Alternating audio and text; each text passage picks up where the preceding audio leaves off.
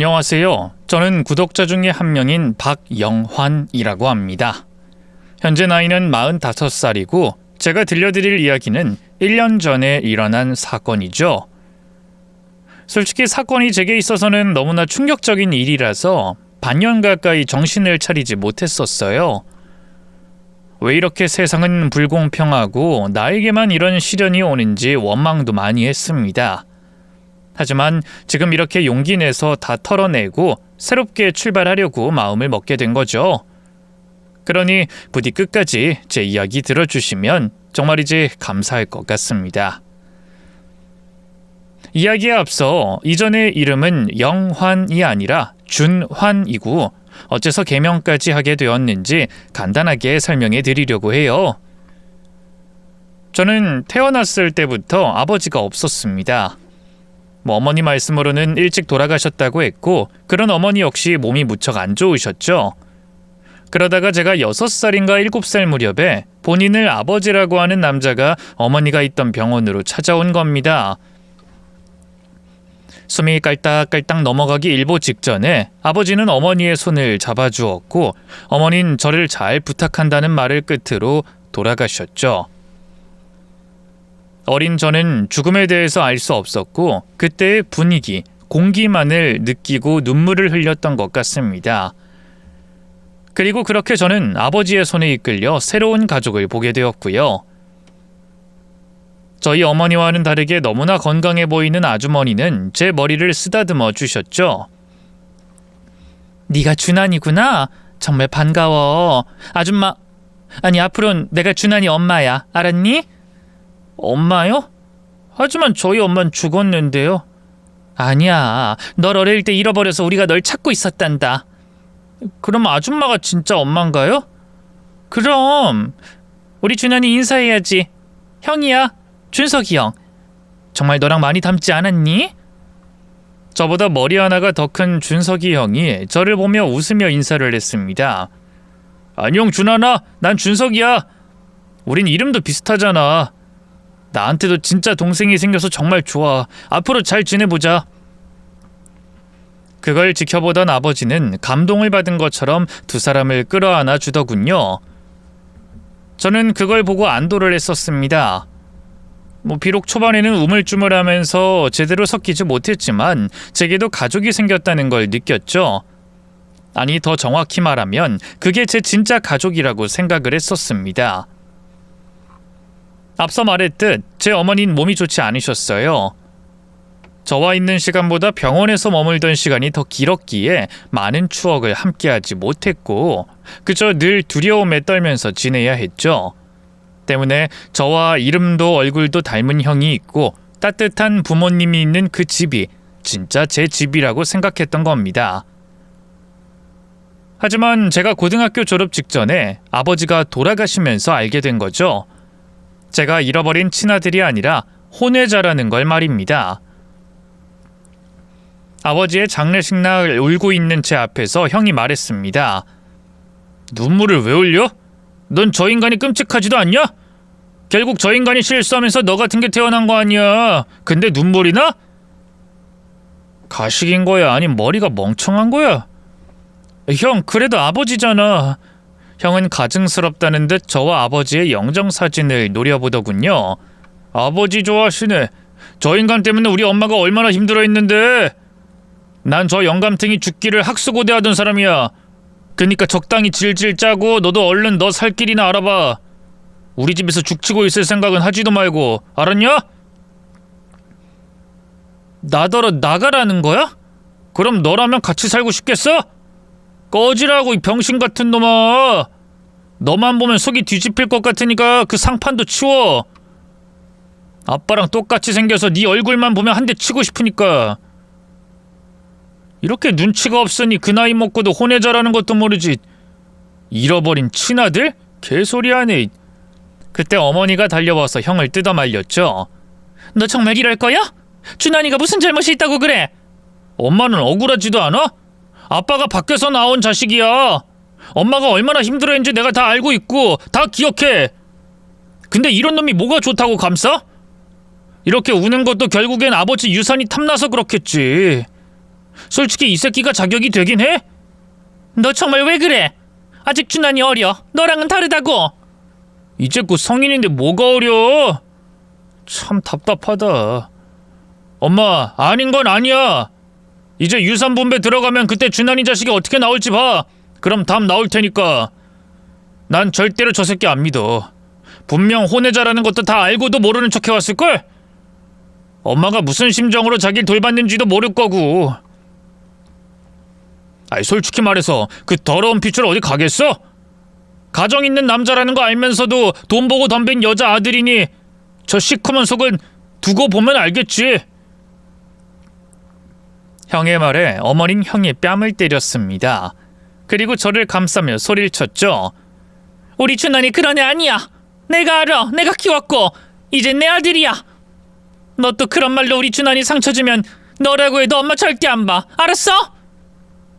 형이 화가 나서 장례식을 뛰쳐나갔지만 어머니는 오로지 저를 위해서 울어주셨습니다. 넌 아무 잘못 없다. 모든 건 어른들이 저지른 짓이다. 넌 내 아들이다. 라고 몇 번을 거듭 말하셨고요. 때문에 저는 그런 어머니에게 최대한 보답을 하고 싶었습니다. 그리고 제가 정말 순수한 목적으로 이 집에 왔다는 걸 증명하고 싶기도 했죠. 그래서 저는 아버지 유산을 받지 않겠다고 상속 포기각서를 쓰기까지 했던 겁니다. 그렇게 해서라도 제 가족을 잃고 싶지 않았으니까요. 그런데 그 일이 있고 난 이후 어머니는 이전과 같지 않았죠.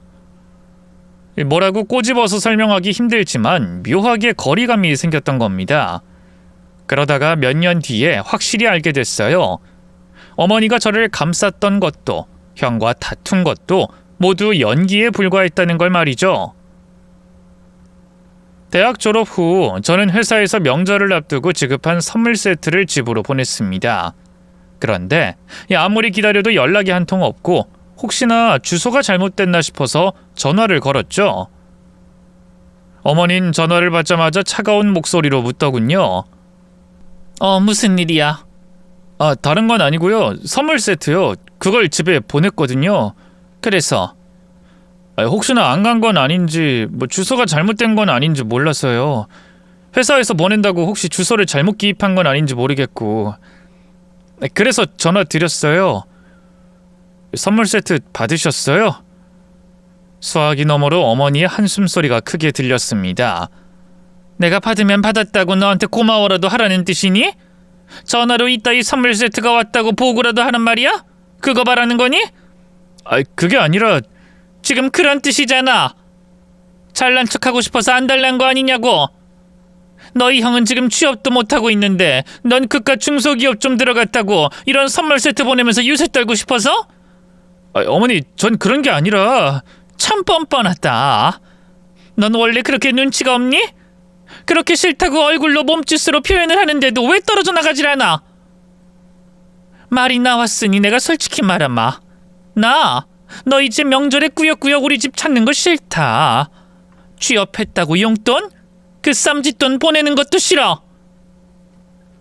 갑자기 왜 그러세요? 저한테 뭐 서운한 거라도 있으세요? 너야말로 왜 나한테 들러붙어서 이러니? 영감탱이 밖에서 싸질러 놓은 널 10년 넘게 걷어 키웠어. 이제 너 성인이고 그만큼 키워줬으면 내 심정도 헤아릴 줄 알아야지. 엄마?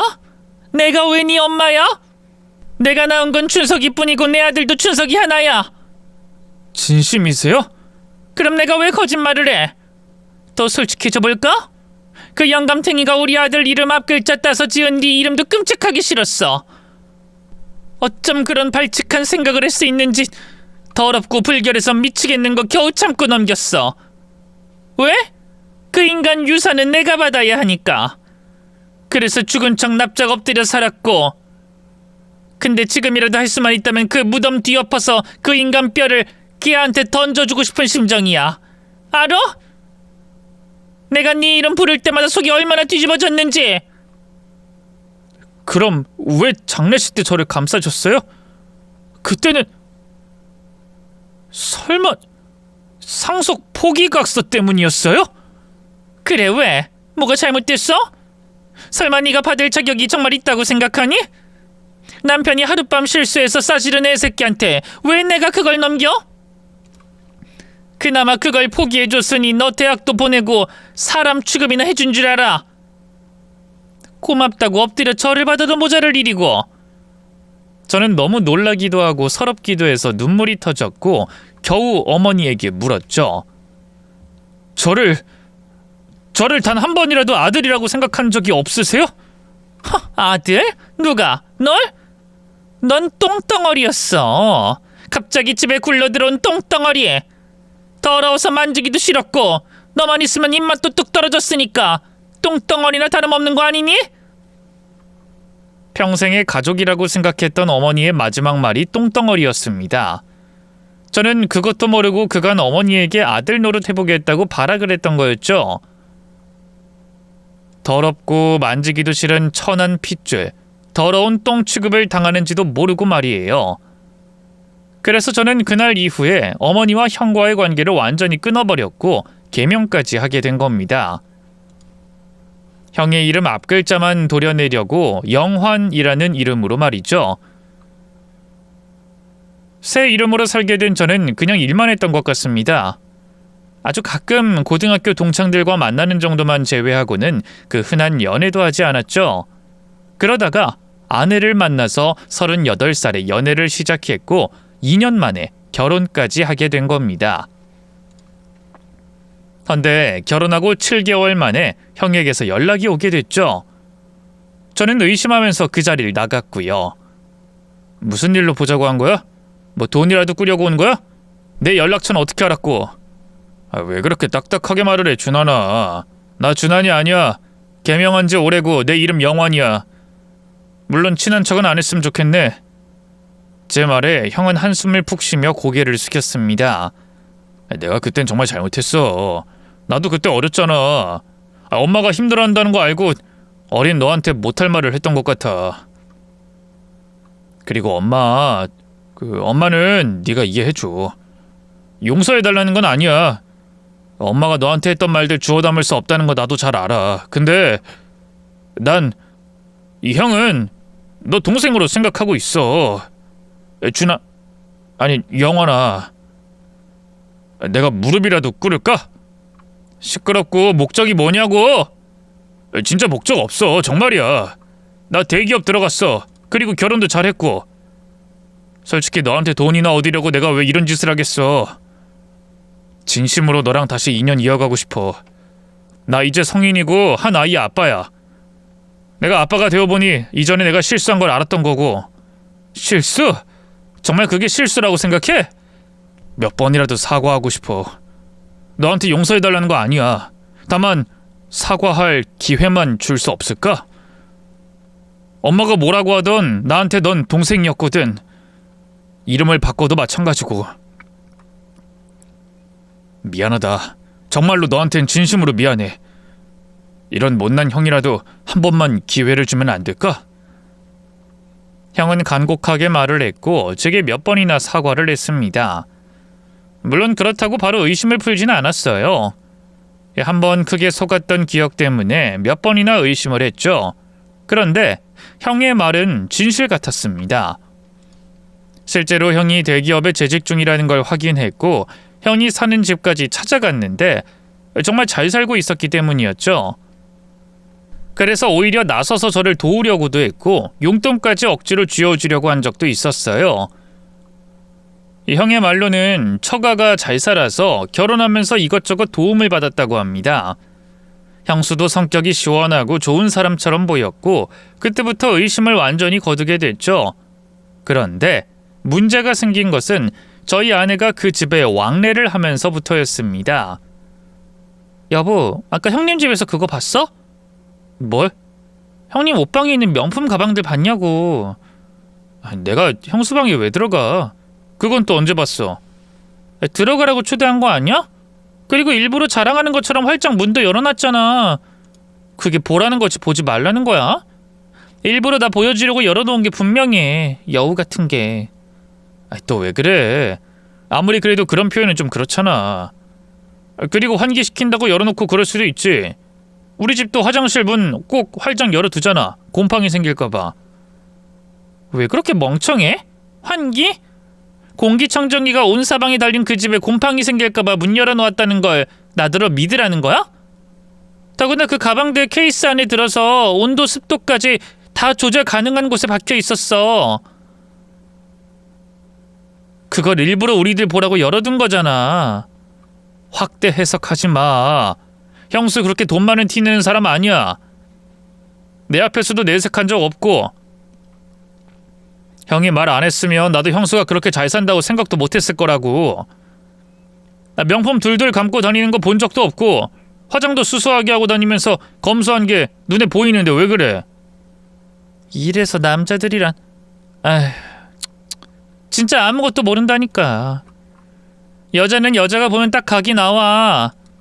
눈웃음 살랑살랑 치면서 호호하하 순진한 척 아무것도 몰라요 이러면서 남자 후리는 기술을 보면 과거에 어떤 여자였는지 그 얼굴 낯짝만 보고도 계산이 딱 나온다고. 걔랑 나랑 다른 건 부모 잘 만나고 못 만나고의 차이야. 나이도 나보다 한 살 더 많고 다 늙은 여우 주제. 아 여보, 이제 그래도 한 가족이 된 건데 나쁘게 보지만 말자. 어? 그러게, 당신도 좀 잘 나갔으면 좀 좋아? 나도 답답해. 부모 형제 하나도 없는 줄 알고 시집 왔더니 갑자기 뜬금없이 형이 있고 엄마도 있어? 더구나 왜 하필 당신은 대기업 하청을 다니고 형이란 사람은 대기업을 다녀? 집 평수도 우리 집 다 합쳐도 그 거실 하나 나오겠더라. 나도 사람이야. 그런 거 보면 질투나고 부럽다고. 왜 그래? 오히려 좋은 거지. 형제 중에 하나라도 잘 나가는 게 좋지. 도움받을 정도로 못 나가는 것보다 훨씬 좋다는 생각은 안 해? 바로 그게 문제야.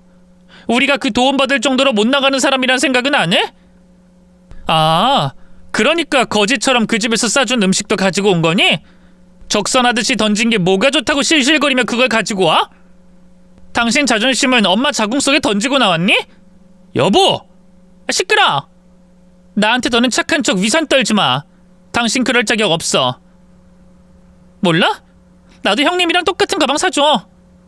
백화점 가서 직접. 아님, 나 진짜 화낼 거야.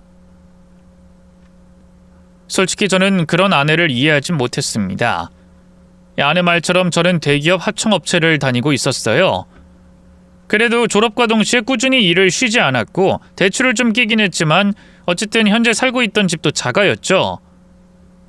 승진도 차근차근 해서 위치도 높았고 연봉도 어디 가서 부족하다는 말을 들어본 적도 없었습니다. 초반에 결혼할 때만 해도 아내도 제 능력에 불만을 전혀 가지지 않았죠.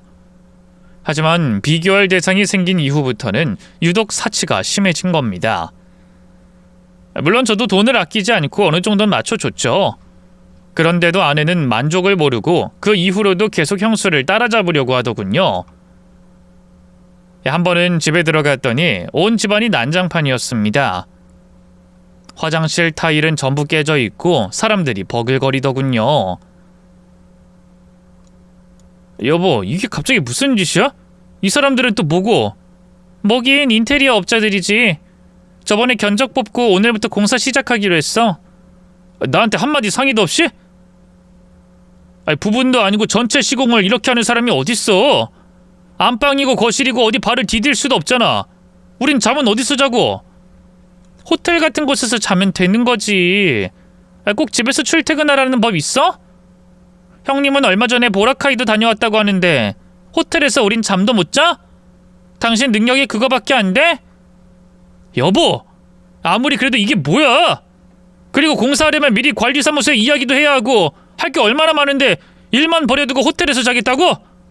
그럼 어쩌라고? 여기 이사도 못 간다. 대출 아직 안 끝났다. 당신이 그러지 않았어? 남들은 신축에서 예쁜 살림 꾸미면서 알콩달콩 잘 사는데 나만 이게 뭐야? 구축의 복도식 아파트? 요즘에 이런 곳이 존재는 해? 집에서 버튼만 누르면 엘리베이터가 대기하는 건 바라지도 않아. 그래도 적당히 사람이 살 수준은 돼야 할 거 아니냐고. 이런 집안에서 한시도 더 못 있을 것 같아서 그랬어. 왜? 뭐 당신한테 말하면 허락은 해줬고? 여보! 왜 자꾸 비교를 해?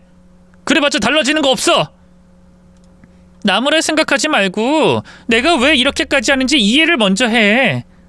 그리고 이미 벌어진 일을 어쩔 거야? 뭐 저 사람들 그냥 가라고 해? 그럴까? 좀스럽게 굴지 마. 당신 형이라면 100번도 넘게 그렇게 하라고 했을 거야. 왜 이렇게 사람이 쿨하지 못해? 결국 미리 공지도 없이 대공사를 하는 바람에 민원이 폭발했고 저는 죄송하다면서 저희 아파트 전체에 사과를 하러 다녀야 했죠. 그리고 아내의 말처럼 호텔에서 거의 일주일을 보내야 했고요. 가뜩이나 그런 심란한 상황이었는데 뜬금없이 형이 제 아내 이야기를 꺼냈습니다. 이런 말을 그렇긴 한데 영환이 네 안사란 말이야. 명희? 명희가 왜? 형한테 뭐 실수라도 했어? 아니 그건 아니고 내가 너의 안사람을 알면 얼마나 한다고. 근데 뭔가 너랑은 좀 안 맞는다는 느낌이 강하게 들어. 뭐 요즘 들어 너 표정도 그렇고 내가 눈치를 보니까 질투가 상당히 많은 것처럼 보이던데 괜히 너희 부부가 우리 때문에 다투는 건 아닌가 싶어서. 그렇긴 해. 명희가 형수가 가진 것들이 좀 부러운 모양이야. 그리고 형도 잘 나가고 그러니까 자존심도 좀 상했던 것 같고. 뭐 그래도 얼마 안 갈 거야. 역시 그랬구나. 어쩐지 눈빛이 좀 나랑 내 안사람 볼 때마다 차갑고 그렇더라고. 아 그래? 내가 주의를 주든가 해야겠네. 미안. 아니야 오히려 내가 미안하지. 너 괜히 시달리고 그럴까봐. 근데 그 형은 말이야 네가 그 결혼에 대해서 다시 생각해보는 건 어떤가 싶어. 내가 사람 보는 눈이 좀 있는데 솔직히 결혼 전이었으면 뜯어 말렸을 거거든. 욕심 많은 여자랑 사는 거 힘들다는 거 잘 알고 넌 욕심 없잖아. 그럼 거의 상극 아니야? 형 무슨 사주 관상도 봐? 그래도 그 사람 그렇게 나쁜 사람 아니야. 야 하나를 보면 열을 알지. 너한테 대하는 태도도 그렇고 눈빛도 그렇고. 형은 다 네 걱정이 앞서서 하는 말이야. 이혼하게 되면 형이 도울게. 변호사도 지원해주고. 어? 저는 약간 당황해서 어색하게 웃었습니다. 왜 그래? 변호사라니 갑자기 심각하게. 진심으로 하는 말이야? 그래 형 진심이야. 좀 이상하게 들릴 수 있겠지만. 완전 이상해. 됐어. 그 사람 진짜 나쁜 사람 아니야. 오히려 나한테 고마운 사람이야. 그래서 지금 약간 심통 부리고 그래도 참을 수 있는 거고. 그렇게 저는 형의 말을 그냥 흘려 넘겼어요. 아내의 태도가 남들에게 안 좋게 비춰지는 것도 충분히 이해했고 형이 뭘 걱정하는지도 알았죠. 하지만 저는 아내가 저한테 더 못되게 굴어도 이혼을 할 생각은 전혀 없었습니다. 말투가 거칠고 질투도 많고 갑작스럽게 사치까지 부리긴 했지만 사실 그건 제게 있어서는 큰 문제가 아니었기 때문이죠. 물론 그런 이해심은 제가 호구라든가 착해서는 아니었습니다. 정확히는 제가 문제였거든요. 저는 클라인펠터 증후군을 가진 환자였습니다. 특별히 몸에 이상이 있는 것은 아니지만 성염색체 이상으로 정자가 생성되지 않는 질환이죠. 쉽게 말해서 저는 불임이었던 겁니다. 애초에 연애를 할 때 그걸 밝혔고 아내는 그런 모든 걸 이해해준 첫 번째 여자였어요. 그러니 제게 폐악을 부리고 제멋대로 해도 저는 그런 아내를 감싸주려고 했던 겁니다. 그런데 형은 쉽게 물러나지 않더군요. 오히려 그 뒤로 집착적으로 아내와 저를 갈라놓으려고 했죠. 처음에는 그게 걱정해서 기인했다고 판단했지만 나중에 그게 아니라는 걸 깨닫게 됐습니다. 그날은 늦은 저녁에 형이 저를 찾아와서 말을 하더군요. 놀라지 말고 들어. 내가 오늘 뭘 봤는지 알아? 뭐? 뭘 봤는데? 재수씨가 다른 남자랑 호텔 들어가는 걸 봤어. 정확히 모텔이지만 어쨌든 내가 이 두 눈으로 똑똑히 봤고 그걸 보고 나도 충격이 정말 컸거든. 너한테 말해야 할지 말아야 할지 고민하다가 이렇게 늦어지긴 했는데 그래도 넌 내 동생이잖아. 그러니 알아야지. 저는 미간을 찌푸리며 대꾸했죠. 진짜 봤어? 당연하지. 몇 시에? 그러니까 그 오후 4시, 3시? 그 사이에 분명히 봤어. 형, 나한테 이러는 이유가 뭐야? 왜 우리 부부를 못 갈라놔서 안달인지 알아야겠어. 도대체 그게 무슨 말이야? 내가 널 위해서 하는 말인데. 설마 내가 거짓말이라도 한다는 말이야? 무슨 이유로 내가 그런 짓을 해? 너도 알잖아. 나 너한테 어릴 때 했던 짓 다 반성하고 있다고 사과도 했고 이만하면 너한테 목적 가지고 접근하지 않았다는 거 충분히 알지 않아? 너도 생각을 해봐. 너랑 재수씨 이혼하면 나한테 무슨 득이 있어? 없잖아. 그래, 알았어. 나도 그렇게 생각했고. 근데 형, 나 오늘 회사 쉬었어. 제 말에 형은 당황한 듯 눈을 깜빡거렸습니다. 그럴 리가. 오후 3, 4시? 나랑 명희 점심 이후로 계속 같이 있었어. 영화 보고 백화점에서 쇼핑한다고 해서 하루 종일 끌려다니다가 방금 들어왔다고. 근데 뭐? 못해? 아무리 내 아내가 형 눈에 안 차도 사람을 그런 식으로 끌어내리려는 건 너무한 거 아니야? 영원아, 나 정말 억울해. 진짜 봤다니까. 증거 있어? 사진이라도 있냐고? 없지만 나 진짜 봤어. 분명 재수씨였다고. 못 믿겠어. 난 형이 우리 사이를 이간질한다고 생각할 수밖에 없고 앞으로 또 그런 말 할 거면 나 불러내지 마. 아닌 건 아니야. 만약 보통의 상황이었다면 그저 닮은 사람을 받겠다 넘길 수도 있는 문제였습니다. 하지만 형과 저는 이미 앞서 신뢰가 깨져버렸던 사이였죠. 아버지가 살아계실 때는 둘도 없는 형제인 척했다가 돌아가시자마자 본색을 드러냈던 사람이 바로 형이었습니다. 진심으로 사과도 했고 어느 정도 감안하고 넘어가긴 했어도 이 한 번 깨진 신뢰는 두 번의 충격을 버티지 못했죠. 이미 금이 간 자국 그대로 다시 깨져버린 거였어요. 저는 확실히 아내와 저 사이를 형이 이간질한다고 판단했고 그대로 뒤돌아서 버렸던 겁니다. 그런데 그 일이 있고 얼마 후에 제 고등학교 동창 녀석이 연락이 왔더군요. 아이 준아! 아니 아직도 헷갈리네. 야 영원아, 너 왜 말 안 했어? 너 우리 동네로 이사 온 거 맞지? 바빠서 동창회는 못 나와도 한 동네 살면서 너무한 거 아니야? 무슨 소리야? 나 예전에 살던 곳 그대로 사는데 아직도 너희 옆 동네 살아. 오 아닌데? 내가 봤어 영환이 네 와이프. 집사람을 봤다고? 너희 동네에서? 에이 착각이겠지.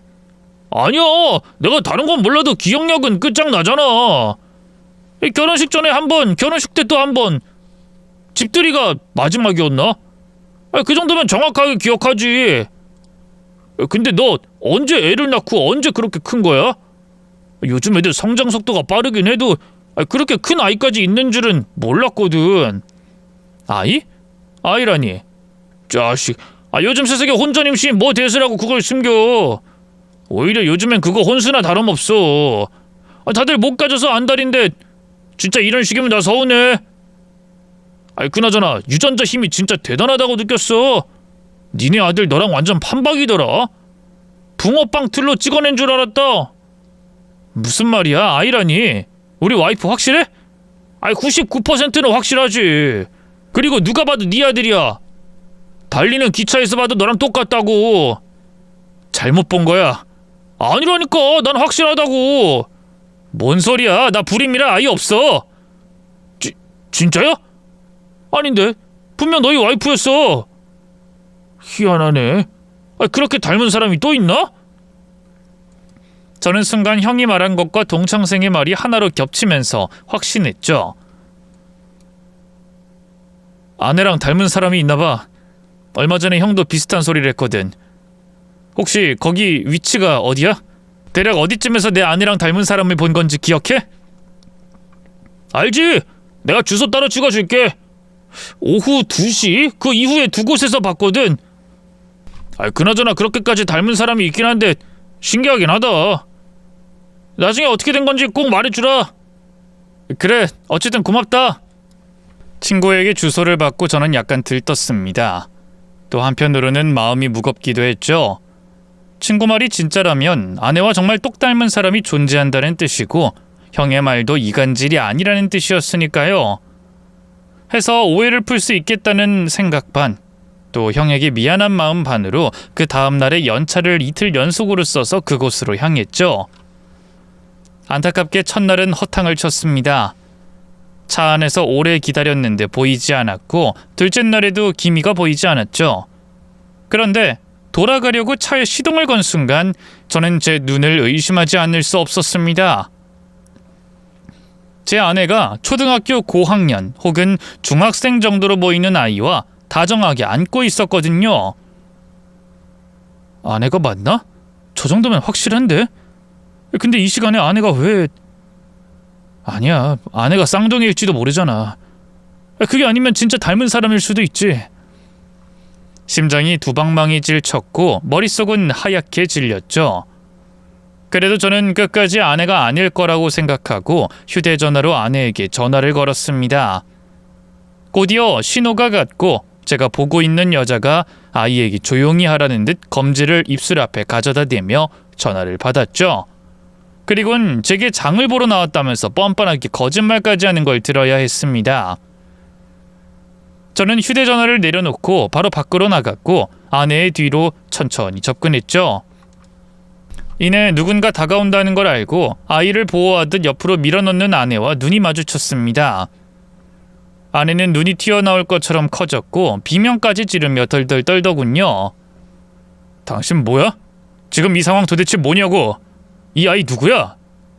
그런데 옆에 있던 아이의 입에서 엄마 괜찮아? 라고 튀어나왔고 아내는 바로 제 앞에 무릎을 꿇고 싹싹 빌기 시작했습니다. 여보 미안해. 말하려고 했어. 정말이야. 나도 정말 숨기면서 힘들었어. 어릴 때 실수로 낳았어. 그래도 난 최선을 다해서 키웠고 하지만 우리 부모님이 이러면 결혼 못한다고 내 아이를 부모님 호적에 올리면서 꼬인 거라고. 당신은 이해해줘야지. 아니야? 실수? 애 앞에서 왜 그런 망언을 해? 그리고 내가 왜 이해해? 혼외자니까 이해를 해야 한다 뭐 그 말이야? 당신 진짜 뻔뻔하구나. 그런 뜻이 아니잖아. 어차피 우리 아이도 못 가지는데. 그래서 나도 많이 힘들었고. 그럼 내가 불임이라 이해해야 한다는 거야? 도대체 당신이란 사람 뭐야? 여보, 나 한 번만 봐줘. 어? 나 정말로 당신한테 잘할게. 아이가 싫다면 안 볼 수도 있어. 하지만 이걸로 내치지 말아줘. 내가 이렇게 빌게. 응? 나한테 당신뿐인 거 알잖아. 이 아이도 태어난 게 잘못은 아니고 제발. 애 앞에서 더 막말하지 마. 당신이랑 내 문제야. 여보. 애부터 집에 보내. 그리고 그때 말해.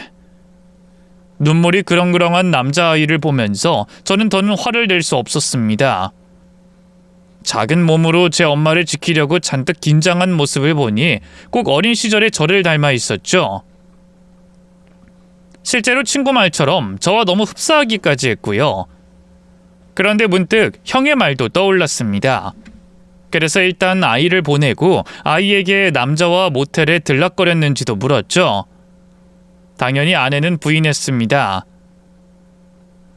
누가 그런 소리를 해? 누가? 뭐 모텔? 형이 그랬어. 당신 봤다고. 기가 차서. 그거야말로 모함이야. 준석이 그 새끼가 날 쫓아내려고 그런 말 한 거야. 뼛속부터 이기적인 새끼. 아무리 그래도 어떻게 나한테 이래? 내가 지한테 어떻게... 아내는 속사포로 말을 하다가 멈추고 제 눈치를 보더군요. 이때 촉이 이상했습니다. 그리고 기억을 되짚어보니 이상한 것들이 하나둘 떠올랐죠. 아내가 처음 형수를 마주했을 때 눈빛, 눈치를 살피면서 뒤로 빠지던 형, 그리고 이혼을 시키지 못해서 안달이었던 형과 이해할 수 없을 정도로 형수를 질투하던 아내의 모습까지. 하지만 그 중에서 가장 이상한 것은 바로 아이의 얼굴이었습니다. 저와 붕어빵 틀로 꼭 찍어낸 것 같다는 그 얼굴은 형과도 닮아 있었기 때문이었죠. 형은 저와 닮았다는 말을 무척이나 싫어했지만 어릴 땐 쌍둥이 같다는 말을 들을 정도였기 때문입니다. 이에 저는 확신하고 아내를 몰아붙였어요. 아내는 아니라고 계속 부정하다가 결국 울면서 진실을 털어놨죠. 나랑 결혼하기로 했었어. 그 인간이랑 결혼 약속도 했다고. 나한테 아이 생긴 거 알고 책임진다는 말까지 했고 그래서 나왔어. 근데 그 자식 다른 여자랑 결혼했다고. 진짜야. 난 배신을 당한 거고 완전히 잠적을 해서 찾을 길도 없었어. 제가 진짜 형의 아들이었다고? 미안해 여보. 정말 당신한테 면목 없어. 그럼 나한테 일부러 접근한 거야? 정말로 그건 아니야. 믿어줘, 영환 씨. 그 사람 형 이름 알고 있었지만 이름도 달랐고 분명 준민인지 준식인지 그랬다고. 준환. 내가 개명하기 전에 이름을 알았다고? 그래. 당신이랑 그 사람이랑 닮았다는 생각은 했어. 하지만 정말 의도로 가진 거 아니라고. 근데 결혼하고 나서 알게 됐고 그 인간은 내가 자기 아이 가졌다는 걸 내 과거를 아니까 쫓아내려고 그런 거라고. 하지만 나 정말 당신한테 한 점 부끄럼 없어. 그 인간 때문에 우리 가정까지 깰 생각도 없었고 내가 원한 건 오로지 당신 하나였어. 정말이야. 아내의 말이 진실이라면 아내 입장에서는 억울할 만했습니다. 첫사랑과 닮은 사람과 만났을 뿐인데 하필 그게 그 사람의 동생이었던 거니까요. 더구나 본인은 끝까지 가정을 지키려고 아이까지 꽁꽁 숨기며 살았는데 형은 그런 아내를 쫓아내려고 제게 접근했다는 뜻이었죠.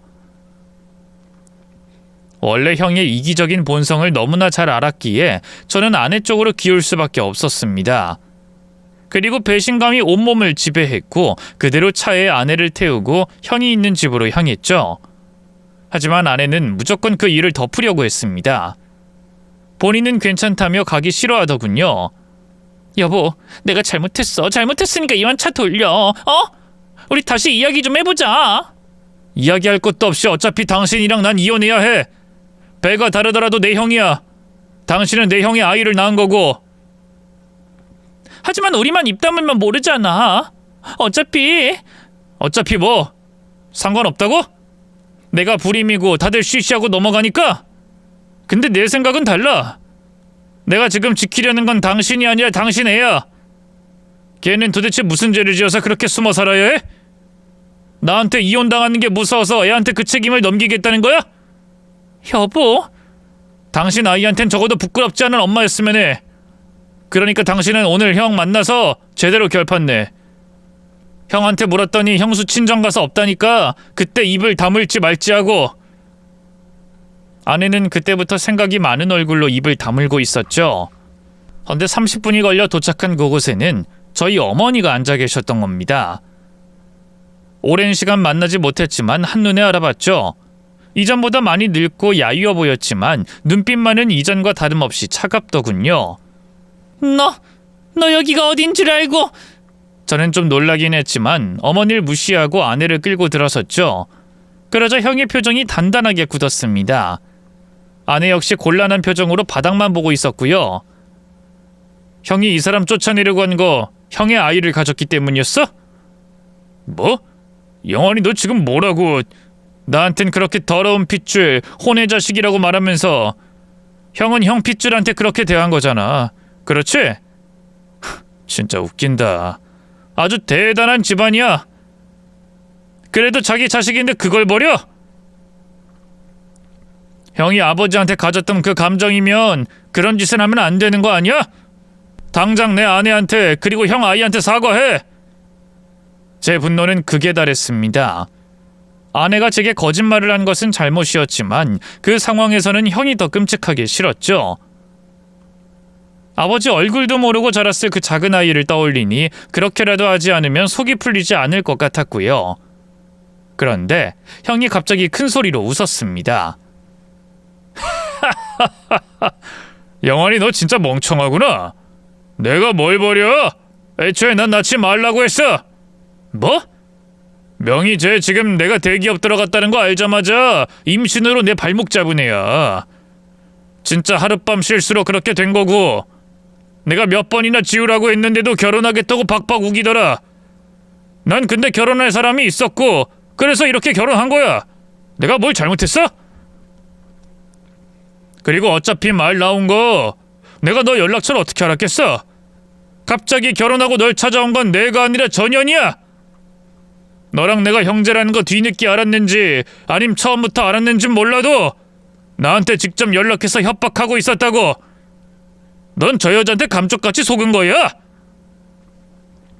그 말을 들은 제가 혼란스러워하고 있을 때 어머니가 끼어들었죠. 명희, 너 나 기억하지? 내가 너한테 돈까지 쥐어주면서 애 지우고 내 아들 그만 쫓으라고 몇 번을 말했어. 아우, 징그럽고 더러워. 준환이 너도 머리가 있으면 생각을 해봐라. 지 더러운 팔자 고쳐보겠다고 억지로 애를 낳은 걸 우리가 왜 책임을 지니? 그리고 준석이가 쟤 저런 년인 거 알고 귀뜸해 준 게 잘못이야? 입이 있으면 말을 해봐. 정말 내 아내가 협박을 했다고? 돈? 아니, 복수? 제가 혼잣말로 중얼거리자 어머니가 대답하더군요.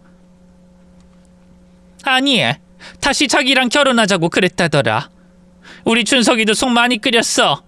너 알게 될까봐 전전긍긍하면서 너 상처 안 주려고 했다고. 그런데 누구한테 무슨 사과를 해? 지금 사과를 받을 사람이 누구고 고맙다고 절을 받아야 할 사람이 누군데? 너 운 좋은 줄 알아. 그래도 내가 널 키운 정은이 있으니까 네 아내라고 감싸는 거 그나마 좋게 말하는 거야. 안 그럼 저거 진작에 쳐넣었어. 사기꾼 스토커야 전현이. 저는 가만히 고개를 숙이고 있는 아내에게 다가갔습니다. 여보, 저 말들이 정말 사실이야? 화내지 않을 테니 말해봐. 정말 형이랑 다시 만나고 싶었던 게 맞아? 나랑 이혼하고 형이랑 다시 만나려고 했어? 아내는 눈물을 쏟으며 고개를 끄덕였고 그 행동과 동시에 형이 끼어들었죠. 봤지? 영환이 너도 속고 있었던 거야. 저런 여자랑 헤어지라고 조언한 게 바로 나고. 그러니까 너도 좋게만 말하지 말고 뺨이라도 한 대 갈겨. 더구나 그 애가 내 애라고 생각도 안 들어. 그냥 남자 얼굴 취향이 한결같은 거 아니야? 솔직히 너랑 결혼한 거부터가 변태 아니냐고. 애 새끼도 꼬로움하게 생겨서 내 아이처럼 느껴지지도 않고. 형, 그런 식으로 내 아내한테 막말하지 마. 아직까진 내 아내야. 그리고 형 아이일 수도 있는데 꼭 그렇게 말을 해야겠어? 아무리 그래도 아이잖아. 어디서 굴러먹었는지 알게 뭐야. 형! 애한텐 그러지 말라고! 이건 어른들 문제야. 헌데 그 말에 제 아내가 고개를 천천히 들더니 절 보고 차분히 입을 열었습니다. 당신한텐 정말 미안해. 의도적인 접근 아니었어. 이건 진짜야. 당신이랑 결혼하고 얼마 후에 가족 앨범 보다가 알게 된 거니까. 내 첫사랑이었고 그땐 머리가 어떻게 된 건지 다시 만나고 싶었어. 아이를 보면 다시 이어질 수 있을 거라고, 또 운명이라고 생각했고. 아까 아이 들켰을 때도 한편으론 차라리 잘 됐다 싶었어. 뭐? 진심이야? 솔직하게 말하는 거야. 모든 걸 다 들키고 그렇게라도 다시 준석 씨랑 이어진다면 나쁘지 않을 거라고 생각했어. 근데 당신이 모든 사실을 알고도 날 위해서, 내 아이를 위해서 화를 내주는 걸 보고, 적어도 아이를 위해서 부끄러운 엄마가 되지 말라는 거 듣고 내가 잘못 판단했다는 거 깨달았어. 다른 건 못 해줘. 하지만 당신을 위해서 딱 하나만은 해주고 싶어졌어. 그간 정말 고마웠다는 말도 하고 싶고. 미안해 여보. 아내는 뭔가 결심한 듯 앞으로 나서서 어머니와 마주보더군요. 아이 지우라고 하셨죠? 어머님이 돈도 줬다는 거 알아요. 근데 그게 임신 8개월 때 아니었나요? 준석 오빠 결혼 앞두고 있을 때 그랬잖아요. 지우지 못하는 거 알면서. 이게 도대체 뭐라고 하는 거야? 저요, 영환 씨한테 거짓말했기 때문에 미안하지만 어머님이랑 준석 오빠한테 미안한 거 하나 없어요. 준석 오빠 나 책임지겠다고 각서까지 썼고 결혼 반지도 줬었으니까. 심지어 내 아이 이름까지 지어줬으면서 이제 와서 날 스토커 취급하겠다? 왜? 형님 때문에? 형님 돈으로 먹고 사니까 눈에 뵈는 게 없나? 형은 발작하듯 자리에서 일어나서 소리쳤죠. 야 명희, 너! 없는 말 지어낼 거야? 증거 있어? 어디서 이혼당할 것 같으니까 물고 늘어져? 내 동생한테서 떨어져 나가, 이 사이코야! 없는 말? 오빠 사람 잘못 건드렸어. 이제 와서 동생 생각하는 척 나 혼자만 미친년 만들 작정인 모양인데 절대로 그렇게는 안 될 거야. 내가 망했으니 당신들도 망해야지. 이게 진짜 미쳤어? 그럼 안 미치니? 증거 좋아하지? 나 증거 다 있어. 그때 받았던 각서, 우리 둘이서 올린 결혼식 사진, 비록 드레스 할 돈이 없어서 흰 원피스를 입고 찍었어도 누가 봐도 결혼식 사진인 건 다 알아볼 수 있어. 이거 형님한테 보여주면 어떻게 될까?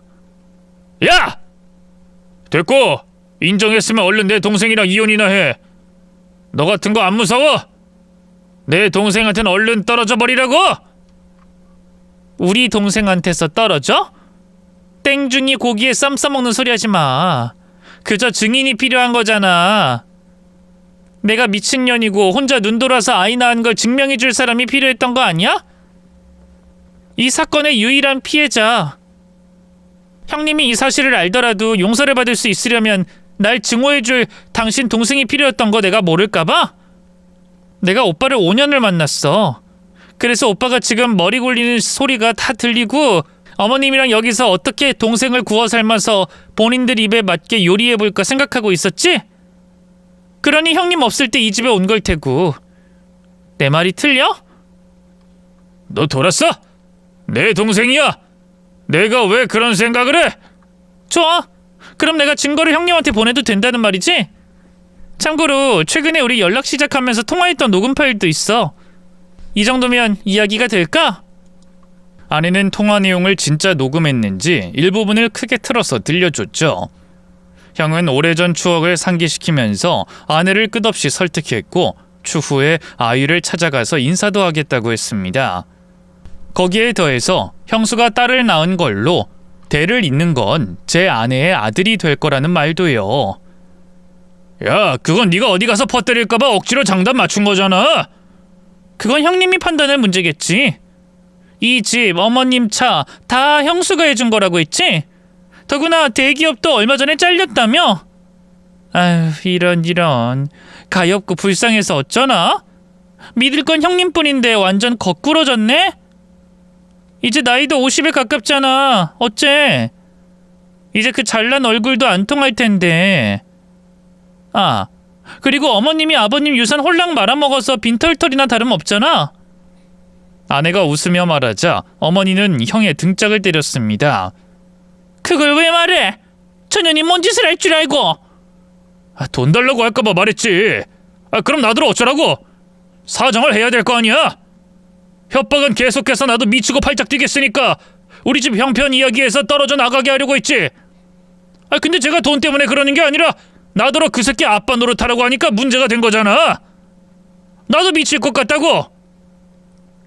어디서 저런 쌍또라이가 꼬여서. 어머닌 열불이 나는지 물을 벌컥벌컥 먹고는 요란하게 잔을 내려놨죠. 그래서 우리가 뭘 하면 되는 건데 명이야. 너 이렇게 말이 긴 건 뭐 원하는 게 있는 거지? 그러니까 말이 이렇게 길지. 뭐야? 네, 있어요. 돈 주세요. 이 요망한 거. 그래, 그럴 줄 알았지. 그래, 얼마면 되니? 저 말고 영환 씨한테 넘기라고요. 저 이전에 들었어요. 아버님 돌아가실 때 상속 포기하면서 한 푼도 못 받았다고 하던데 못해도 2억은 주셔야죠. 그 정도는 할 수 있죠? 시간은 3일 드리죠. 퇴직금도 있을 테니까 그 정도는 문제 없잖아요. 더구나 아들인데. 우리가 그런 돈이 어디 있어? 우리 재산 없어. 퇴직금 그거에서 얼마나 된다고. 내 전세금이 전부고. 그럼 그거라도 빼셔야죠. 영환 씨는 그냥 넘겼을지 몰라도 제가 미안해서 남편한테 사과를 이렇게라도 하고 싶거든요. 어머, 얘가 무슨 사과를 우리 돈으로 해? 시끄럽고 무조건 마련하세요. 무슨 수를 써서든. 아님 저 형님한테 우리 애 데리고 갈 겁니다. 아주 똑 닮아서 아마 까무러치지 않을까요? 실제로 정확히 2일 뒤에 제 앞으로 2억이라는 돈이 들어왔습니다. 아내는 그걸 확인하고 짐을 챙겨서 저희 집을 떠났죠. 진짜로 제게 미안함이 있었는지 재산 분할도 거부하고 협의 이혼 서류만 제출하고 말입니다.